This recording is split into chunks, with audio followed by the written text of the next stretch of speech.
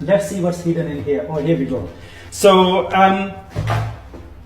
the default structure of our Jumla failure is we have got a verb first, then fail, then file, and after that we will have maf'ul as in this case. So that's the default structure of Jumla failure. What is the default structure, or actually the only structure in English of this sentence is Hamid helped Zaid. So here we can identify clearly by their individual places, by word order and arrangement here in this sentence, that what comes before verb is always subject, file, and what comes after verb is object, i.e. maf'ul. So Hamid helped Zaid. If we change the position of these two nouns in the sentence, the meaning changes completely. So we cannot really change the word order and arrangement here unless we want to say differently, something different. And if we want to say Zaid helped Hamid, then clearly we will bring Zaid before verb. In Arabic, we can easily do that without changing the overall meaning of the sentence. And that happens because of i'rab, and that flexibility is there because of i'rab.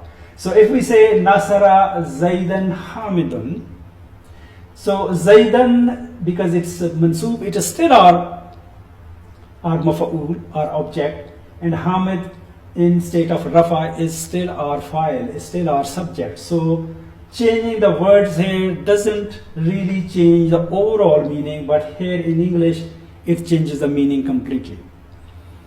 I keep on saying default structure of Jumla failure. Why do I keep on saying default structure? Because in English there's only one structure. The reason for that is that although the overall meaning of these two sentences is the same, but there is subtle minor difference, and there is a reason for that difference.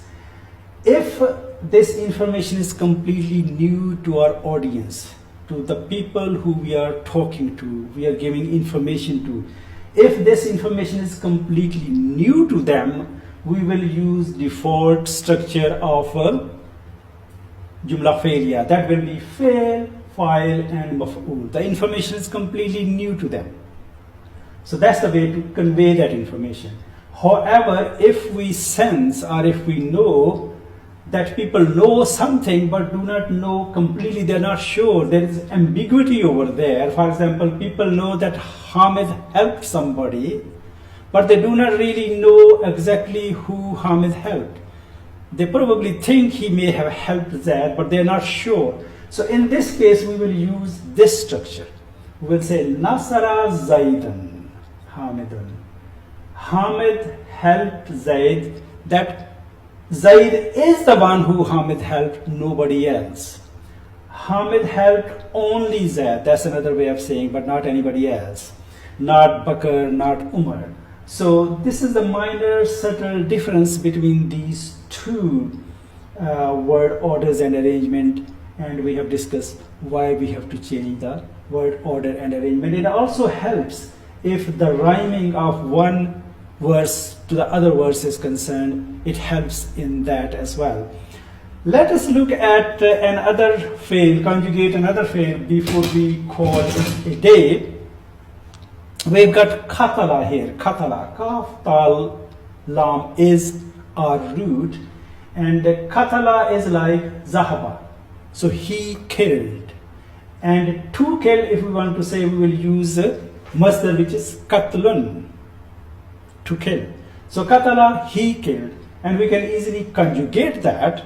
Then we say katala, katala, katalu, katalat, katalata, katalna. And from here it changes. Katalna, katalta, kataltuma, kataltum, katalti, kataltuma, kataltunna, kataltu, katalna.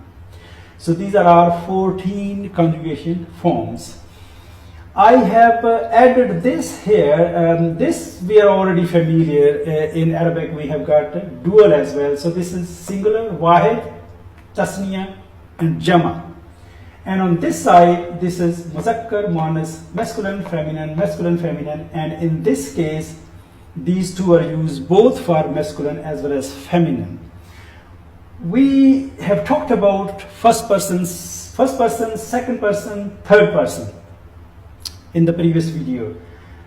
In Arabic, we start from third person, and the reason for that is really then it becomes easy to conjugate. We will see that in the third person singular masculine form of the word is only three root alphabets, nothing else. So it becomes easy then to follow the conjugation.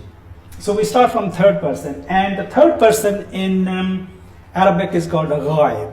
Ghaib basically means absent, but absent does not necessarily mean absent from the conversation, from the place, but the person actually is absent from the conversation, not part of the conversation. For example, the person may be sitting in the same room somewhere, but not being part of the conversation will still be ghaib, absent, or may not be present there at all. In that case, it's absent anyway. So that's ghaib. Hadir is present, being in front of. So that's our second person. And the first person, the terminology we use is mutakallim. Mutakallim for the first person. So, so this is our terminology in Arabic. We should really become familiar with Arabic terminology. And lastly, I have an example here from Quran of this fail, which is part of ayah number 251 of Surah Baqarah. And the part of the ayah is that Qatala Daudu Jaluta. David killed Goliath, or we can say Daud killed Jalut. So we can use the Arabic words as well. And here you can see why Arab is really important, because if we end up saying Qatala Dauda Jalutu, although we have not changed the place of the nouns, meaning changes completely. So very important to keep Arab in our mind and say it correctly, Qatala Daudu Jaluta. Otherwise, the meaning changes completely. Subhanakallahumma wa bihamdika ashhadu an la ilaha illa anta astaghfiruka wa atubu ilaik.